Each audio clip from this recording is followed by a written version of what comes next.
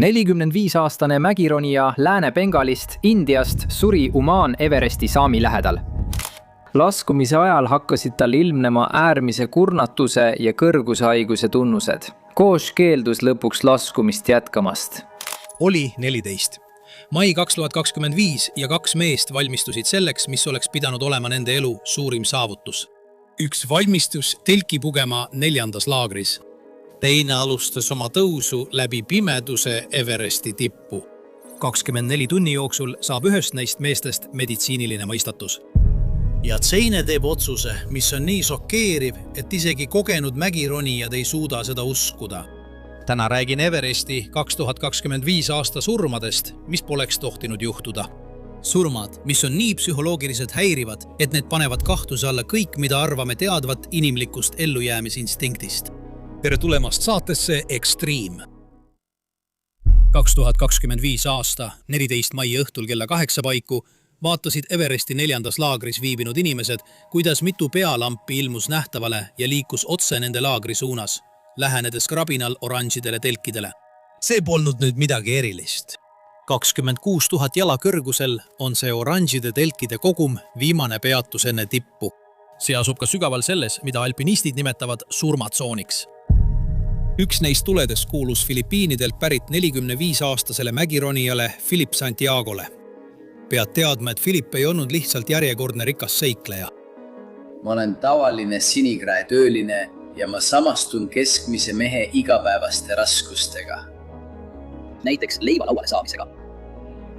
Meie oleme outsiderid. Ta ütles seda Facebooki postituses enne ekspeditsiooni. Meie oleme outsiderid.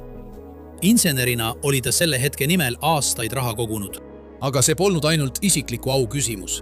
Santiago oli teinud, nagu ta ise ütles, lepingu Jumalaga, et anda sellele kirele sügavam tähendus.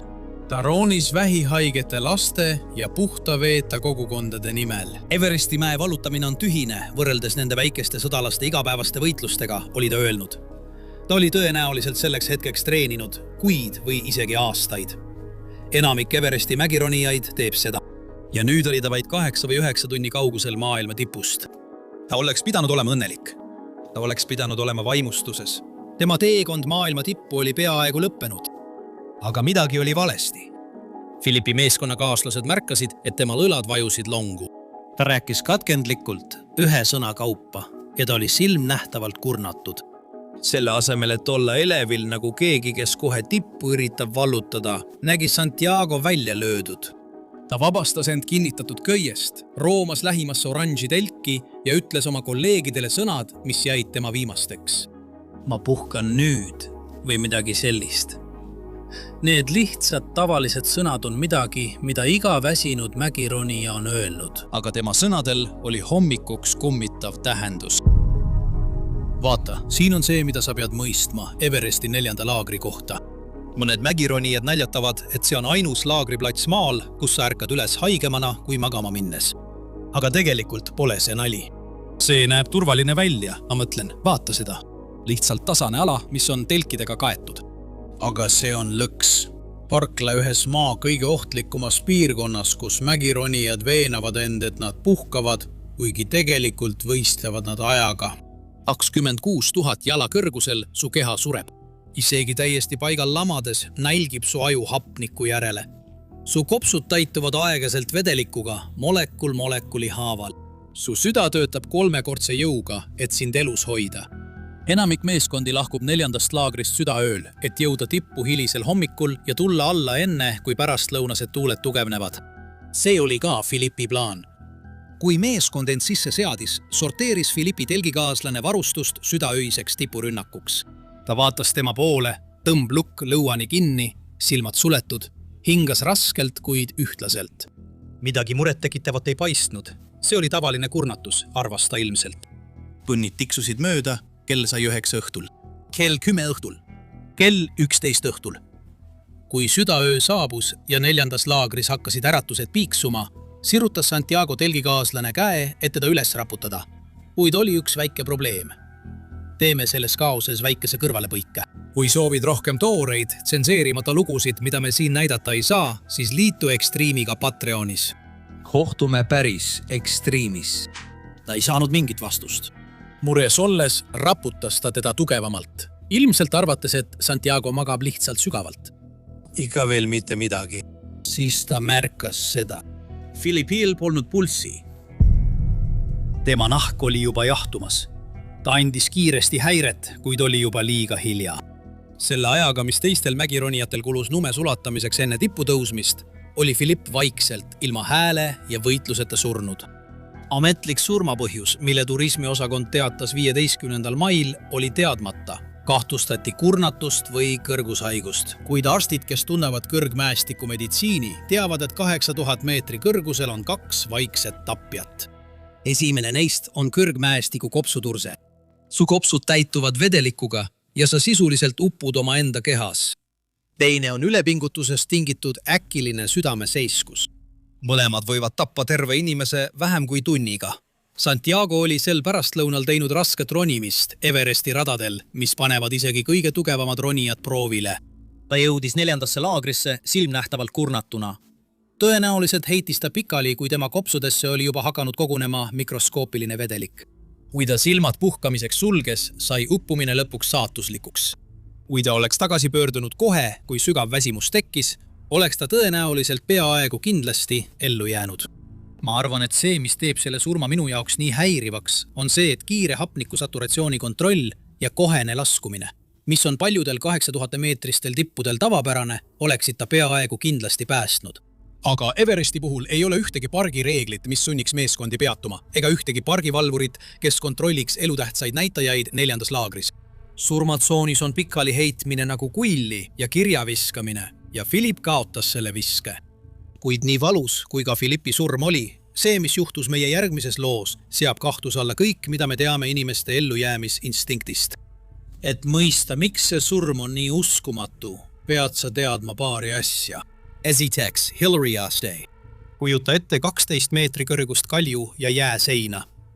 Nüüd pane see 8750 meetri kõrgusele, nii kõrgele, et reisilennukid lendavad sinust allpool. Hapnikku on nii vähe, et su keha sureb sõna otseses mõttes iga hingetõmbega. Üks vale liigutus ja sa kukud 3000 meetrit mööda mäge alla. Hillary Aste on viimane suur takistus enne Everesti tippu. See ei ole koht, kus puhata ega koht, kus otsuseid teha. See on koht, kus pead kiiresti liikuma või sa sured. Aga garantiisid pole. See, mis juhtus Hillary Astmel 15. mail 2025, läheb vastuollu kõigi inimeste ellujäämisinstinktidega. Alustame 19 tundi varem, kui kõik tundus normaalne. See on Sabrata Ghoshi lugu. Sabrata Ghosh oli aastaid unistanud Everestist. 45-aastane Ranagati Bengali mees oli teinud kõik õigesti. Ta oli treeninud oma keha, kogunud raha, palkas maineka firma Snowy Horizon Treks ja talle määrati kogenud Sherpa giid nimega Balshan Tamang. 14 mai ööl valmistusid need 2 meest tipputõusuks. See on hetk, mille nimel iga Everesti ronija elab. Lõplik tõus maailma tippu. Kuid Ghosh tegi otsuse, mis viis traagiliste tagajärgedeni. Ta tahtis alustada kell 22. See ei pruugi tunduda suur asi, kuid Everesti puhul on ajastus kõik. Enamik ronijaid alustab tipputõusu südaöö ja kella 2 vahel öösel. Miks? Sest sa pead jõudma tippu hiliseks hommikuks ja tagasi alla, enne kui pärastlõunane ilm muutub eluohtlikuks. Alustades kell 22.00 tähendas, et nad juba riskisid ajakava osas juba veidi. See ajastus pani nad tippujärjekorra etteotsa, ilma et ühtegi meeskonda oleks juba marsruudil kõrgemal olnud. Varasjast raadiosidet, mis hoiataks tugevneva tuule või pilvede eest, ei oleks. Teisisõnu, nad ronisid pimesi. Aga Ghosh ei hoolinud sellest. Ta oli elevil. Võib-olla liiga elevil. Juba algusest peale oli midagi valesti. Ghosh liikus aeglaselt. Tõesti aeglaselt. Oma pealambi valguses nägi Sherpa Tamang, tema giid, kuidas tema klient iga sammuga vaeva nägi. Ma tahan, et sa kujutaksid end selles hetkes Sherpa Tamangina. Sa vastutad selle mehe elu eest. Sa näed, et ta liigub liiga aeglaselt, kuid sa tead ka, et ta on selle võimaluse eest maksnud 10 000 dollareid. Ta on selleks aastaid treeninud. Kas sa saadad ta tagasi? Kas sa purustad tema unistused? Tamang tegi otsuse, mida ta hiljem kahetses. Ta jätkas edasi. Tunni järel ronisid nad läbi pimeduse. Temperatuur oli -40 kraadi. tuul ulgus kiirusega 60 miili tunnis. Iga samm nõudis 3 või 4 ahmivat hingetõmmet ja Goss jäi üha rohkem ajakavast maha. Igal juhendatud ronimisel on nii aeglane tempo tüüpiline märk, et tuleb katkestada. Kui Nepal kehtestaks ranged tagasipöördumise reeglid, nagu mõned teised riigid, oleks Tamang saanud viidata seadusele, mitte ainult oma otsusele ja lihtsalt öelda, me peatume siin. Aga nad ei tee seda. Ja tippupalaviku puhul on lugu selline. See paneb sind hoiatusmärke eirama. Goss oli ilmselt seda hetke aastaid ette kujutanud, seistes maailma tipus, saavutades võimatut. See visioon võib olla võimsam kui valu, võimsam kui kurnatus ja võimsam kui loogika. Tamang ütles hiljem, et Goss oli üliärevil ega kuulanud hoiatusi. Ta jätkas ülespoole rühkimist, ajendatuna unistusest, mis oli muutumas õudusunenäoks. Kui päike 15. mail tõusis, ronisi nad endiselt, ikka veel tippu püüeldes, olles juba ohtlikult ajakavast maas. Siis, umbes kell 11 hommikul ilm muutus. Teine samal päeval mäel olnud ronija Suman Sarkar Pardamanist teatas, et tingimused olid nii karmid, et ta suutis tipus seista vaid 15 minutit. Tuule kiirus kasvas iga tunniga, muutes mäe ülaosa jäiseks põrguks. Aga Goss oli jõudnud liiga kaugele, et tagasi pöörduda. Mingil hetkel pärastlõunal, keegi ei tea täpselt millal, jõudis ta lõpuks kohale. Ta seisis Everesti tipul, 8849 meetri kõrgusel, mis on maa kõrgeim punkt. Hetkeks oli tema unistus täitunud. See, mis järgnes, on see koht, kus see lugu võtab pöörde, mida keegi poleks osanud ette näha. Laskumine algas tavapäraselt. Kui üldse midagi 8800 meetri kõrguselt orkaani tugevusega tuultega alla komberdamise kohta saab nimetada tavapäraseks. Goss oli kurnatud. Ta oli surmatsoonis olnud üle 16 tunni. Tal hakkas haplik otsa saama. Tema keha hakkas üles ütlema. Aga ta liikus. Ta laskus. Ta pidi eluga pääsema. Siis jõudsid nad Hillary astmeni. Mäletad seda 12 meetri kõrgust seina, mida ma kirjeldasin? See on alla minnes veelgi ohtlikum. Sa oled kurnatud, sul on hapnikupuudus ja sa pead sellest tagurpidi alla ronima. Üks libastumine tähendab kindlat surma. Ja just seal, kogu mäe kõige hullemal kohal, Sabrata Goss jäi seisma. Ta pöördus oma Sherpa poole ja ütles 4 sõna, mida ei tohiks kunagi surmatsoonis öelda. Ma ei näe midagi. See oli päris hirmutav. Aga just see, mida ta järgmisena ütles, muutis selle üheks kõige häirivamaks surmaks Everesti ajaloos. Sest Goss ei öelnud lihtsalt, et ta ei näe, vaid tegi avalduse, mis läks vastuollu iga inimliku ellujäämisinstinktiga. Ta ütles, ma ei liigu. Ma tahan, et sa mõistaksid, kui hullumeelne see on. Kui oled ohus, ujutab su keha adrenaliiniga üle. Su lihased valmistuvad võitlema või põgenema. Iga sinu keharak karjub, et sa liiguksid, ellu jääksid, turvalisusse jõuaksid. Aga on olemas ka 3. stressireaktsioon, mida me tihti tähele ei pane. Tardumine. See juhtub siis, kui sinu aju otsustab, et oht on nii ülekaalukas, et ei võitlemine ega põgenemine ei aita. Su keha lihtsalt lülitab end välja. Isegi seda teades on raske seletada, mida Goss järgmiseks tegi, sest 8748 meetri kõrgusel tormituulte ja tuiskuvas lumes ka ei tardunud lihtsalt. Ta otsustas mitte liikuda. Nüüd pool Shen Tamang sai kohe aru, mis toimub. Äkiline pimedus, irratsionaalne käitumine ja täielik normaalsete otsuste tegemise lakkamine viitasid kõik ühele asjale. Need olid klassikalised raskekujulise kõrgushaiguse tunnused. Kui su aju ei saa piisavat hapnikku, lakkab see korralikult töötamast.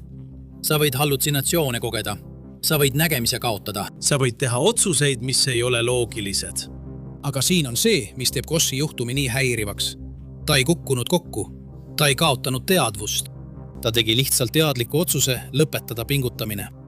Ta istus sõna otseses mõttes maha kohas, mida nimetatakse surmatsooniks ja andis alla. Järgnes 8 tundi põrgut, mis ületab arusaamisvõime. Kõigepealt püüdis Tamang temaga mõistlikult rääkida. Kujuta seda ette, kui suudad. 2 meest karjuvad teineteise peale ulguva tuule käes. Üks palub teist, et ta päästaks oma elu. Sa pead liikuma. Ma ei tee seda. Sa sured. Ma ei liigu. Tunde kaupa anus Tamang. Ta tõenäoliselt tõi välja kõik, mis tal pähe tuli. Ghoshi perekond Bengalist, tema saavutus jõuda tippu, tõsiasi, et ohutus oli vaid mõne tunni kaugusel. Aga Ghosh ei liikunud. Nii et Tamang tegi midagi, mis näitab Sherpa giidide uskumatut pühendumust ja otsustas oma kliendi füüsiliselt mäest alla lohistada. 4 piinarikast tundi pimeduses surmatsoonis vedas, lükkas ja kandis Tamang Ghoshi alla Hillari astmelt. Iga liigutus oli piin. Iga samm edasi nõudis üleinimlikku pingutust. Ja pärast 4 tundi seda piina olid nad liikunud vaid 90 meetrit. See on umbes jalgpalliväljaku pikkune maa ja selle läbimiseks kuluski nii kaua. Ma püüan ette kujutada, millise füüsilise koormuse see Tamangile avaldas. Merepinnal oleks teise inimese kandmine 90 meetrit juba kurnav. 8500 meetri kõrgusel, kus õhus on vaid kolmandik sinu kehale vajalikust hapnikust, on see peaaegu võimatu. Pole ime, et pärast neid 4 tundi varises Tamang Ghoshi kõrvale kokku. Mõlemad mehed istusid seal lumes, pilvede kohal, surmatsoonis ja Tamang pidi silmitsi seisma tõdemusega, mis jääb teda igavesti painama.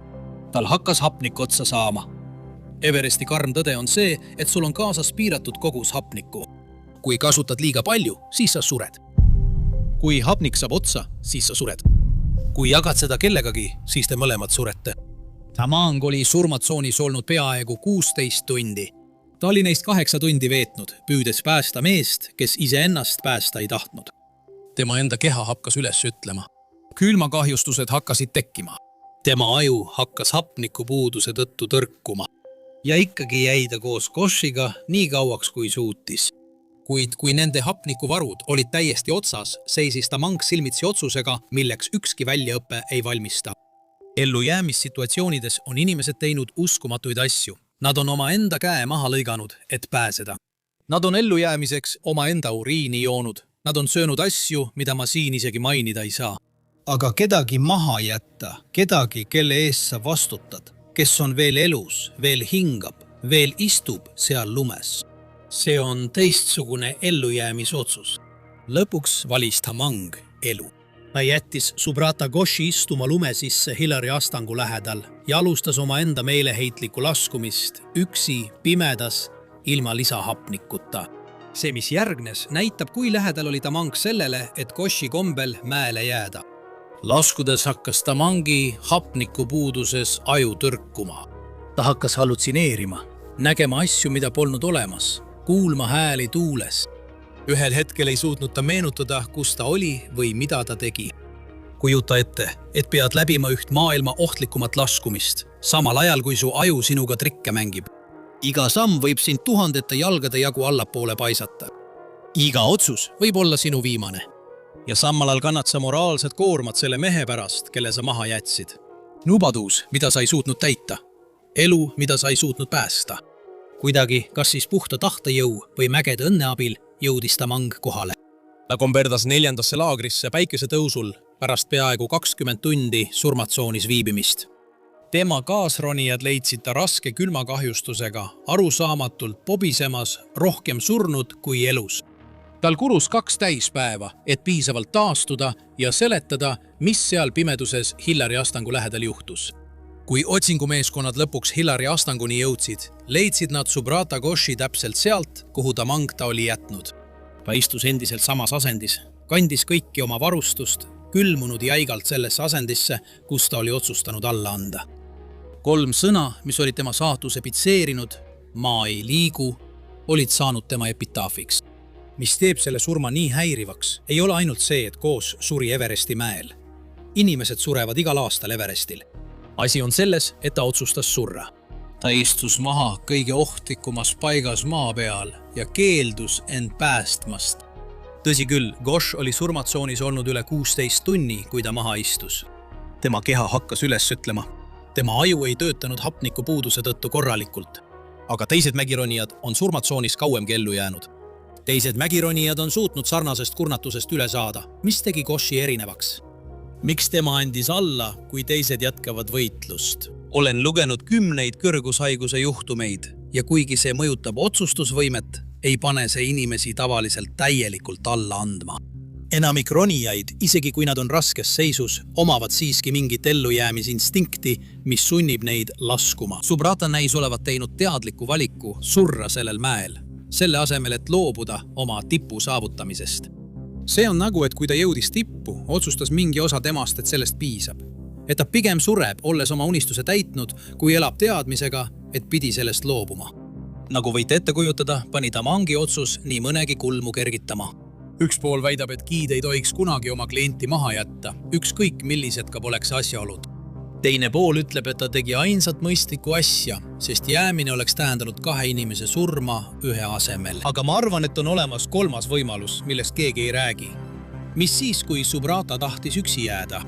Mis siis, kui ta oli juba oma saatuse otsustanud ja Tamangi katsed teda päästa pikendasid tegelikult tema kannatusi? Ma ei tea. See on sünge mõte, kuid see võib seletada, miks muidu ratsionaalne inimene istuks surmatsoonis maha ja keeldub liikumast, isegi kui ta seisab silmitsi kindla surmaga. Andke mulle kommentaarides teada, mida arvate. Kui aga rahulikult vaadata, siis Goshi surm polnud lihtsalt üks halb otsus. See oli ennetatavate valikute jada. Iga kogenud mägironija oleks seda vaadates mitmel korral karjunud pööra ümber. Kuid ilma kehtestatud reegliteta ja tipupalaviku tõttu hägustunud otsustusvõimega jätkus tragöödia. Isiklikult arvan, et julgus, mida Paul Shen-Tamang näitas esmalt Goshi päästmisel 8 tundi ning seejärel oma elu raskeima otsuse tegemisel, oli märkimisväärne. Kuigi see muudab tragöödia veelgi südantlõhestavamaks, tuletab see mulle meelde, et isegi kõige hullemates olukordades võivad inimesed näidata uskumatut tugevust. Tamang oleks võinud kohe lahkuda, kui Gosh istus maha. Ta oleks võinud end säästa tundide pikkusest piinast ja riskist, aga ta jäi. Sa proovis. Ta andis kõik, mis tal oli, kuni tal polnud enam midagi anda. Mida sina teeksid, kui keegi, kelle eest sa vastutad, lihtsalt alla annaks? Kui nad istuksid surmavalt ohtlikus kohas ja keelduksid liikumast, kui kaua sa prooviksid neid päästa? Kui palju sa oleksid valmis riskima? See on siin tegelik lugu. Mitte ainult see, et üks mees andis surmatsoonis alla, vaid et teine mees keeldus temast loobumast, kuni see oli täiesti vältimatu. Aitäh vaatamast ja kohtume järgmises videos. Ole julge ja ela vapralt!